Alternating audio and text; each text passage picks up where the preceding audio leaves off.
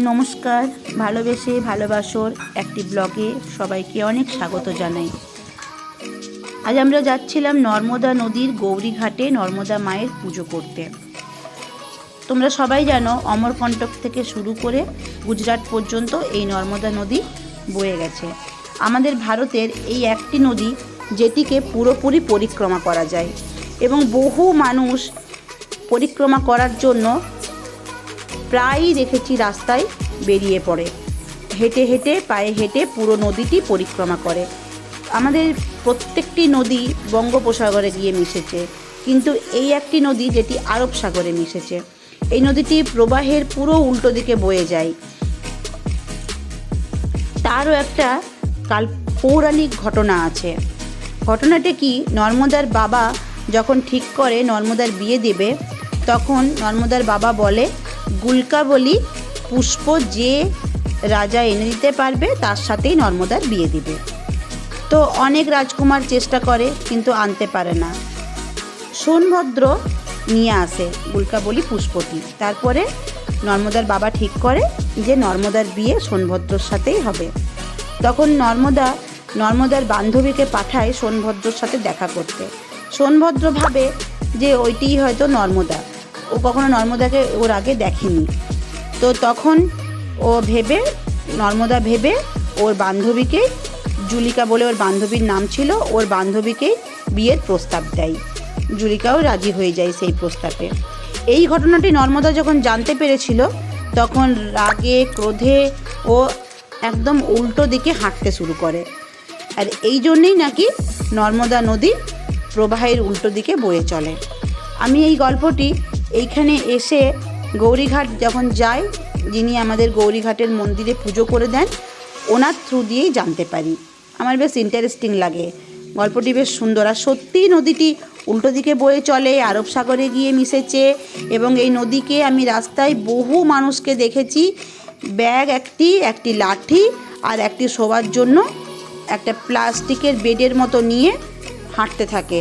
কারুর 6 মাস লাগে, কারুর 1 বছর লাগে, কারুর 3 বছর লাগে, অনেকের মুখে শুনেছি। এবং ওনাদের খাওয়া দাওয়া থাকা সমস্ত কিছু ফ্রি। আর আমি এই জব্বলপুরে, এই নর্মদা নদীর অনেকগুলি ঘাট আছে জব্বলপুরে। গৌরীঘাট আছে, তিলবারা ঘাট আছে, ধোঁয়াধার আছে, ভেড়াঘাট আছে।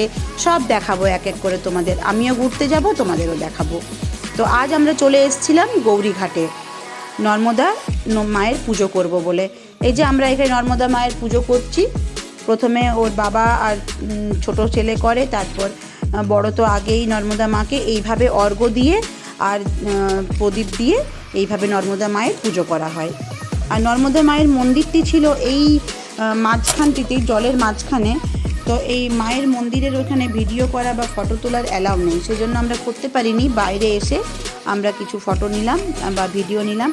আর এই যে আমরা যে নৌকাটিতে আমরা যাচ্ছি বা ঘুরছি, এই দাদাও খুব ভালো ছিল। এই দাদার সাথে আমাদের পরিচয় হয়ে যায়। আমাদেরকে নিয়ে গিয়ে মাঝে একটা জায়গায়, নদীর মাঝখানটিতে করে একটা জায়গায় ছাড়লো, যেখানে একটা শিবের মন্দির আছে। আরেকটি কথাও আছে, এই নর্মদা মায়ের যত পাথর বয়ে আসে না অমরকণ্টক থেকে, সব কিছুই ওরা বা জব্বলপুরের প্রত্যেকটি মানুষ শিব রূপে পুজো করে। আমরাও প্রচুর পাথর নিয়েছিলাম, আর সত্যিই দেখতে পাথরগুলো একদম শিবের মতো। আর প্রত্যেকটা পাথরে একটা করে সাদা দাগের মতো আছে। ওটা কথাই আছে, শিব বাবা বইতে পড়ে থাকে। তো আমরা প্রচুর নিয়ে নিয়েছিলাম এইখান থেকে। আমিও অনেক নানা রকম কালারের, নানা রকম ধরনের পাথর নিয়েছিলাম। এখানটায় গিয়ে আমরা কিছুক্ষণ দাঁড়ালাম, এখানটা একটু দেখলাম, ওই শিবের মন্দিরে একটু পুজো করলাম, প্রণাম করলাম।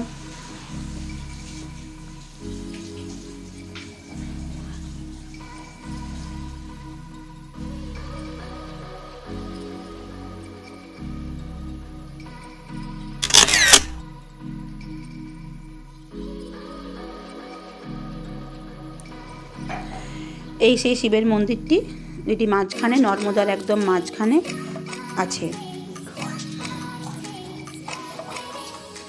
এখানেও একটু আমরা নেমে প্রণাম করলাম। তারপরে আমার বড় ছেলের হঠাৎ করে ইচ্ছে হয় কেমন করে নৌকা চালাচ্ছে ও চালাবে। ওদের কাছে এগুলো আসলে একটু ফার্স্ট টাইম। ভুবনেশ্বরে যখন আমরা ছিলাম, ওখানে নৌকা চড়ার কোনো সুযোগ ছিল না। সমুদ্রের উপরে তো আর নৌকা চড়া যায় না। সেজন্য ও বড় হওয়ার পরে এইভাবেই নৌকা দেখছে।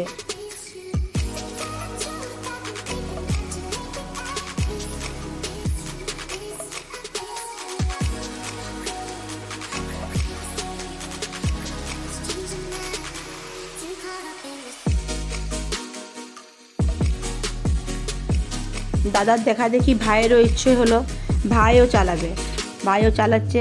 তো ভাইকে পুরোটা ছেড়ে দেয়নি ওই দাদা একটুখানি সাপোর্ট দিয়ে রেখেছে, কারণ ও ছোটো তো, ওর সব কিছু দাদাকে দেখে সব কিছুই করতে ইচ্ছে করে। এই যে নর্মদা মায়ের গৌরীঘাট এই দিকে, আর গৌরীঘাটের ঠিক ওই দিকেই আছে এই গুরুদুয়ারাটি।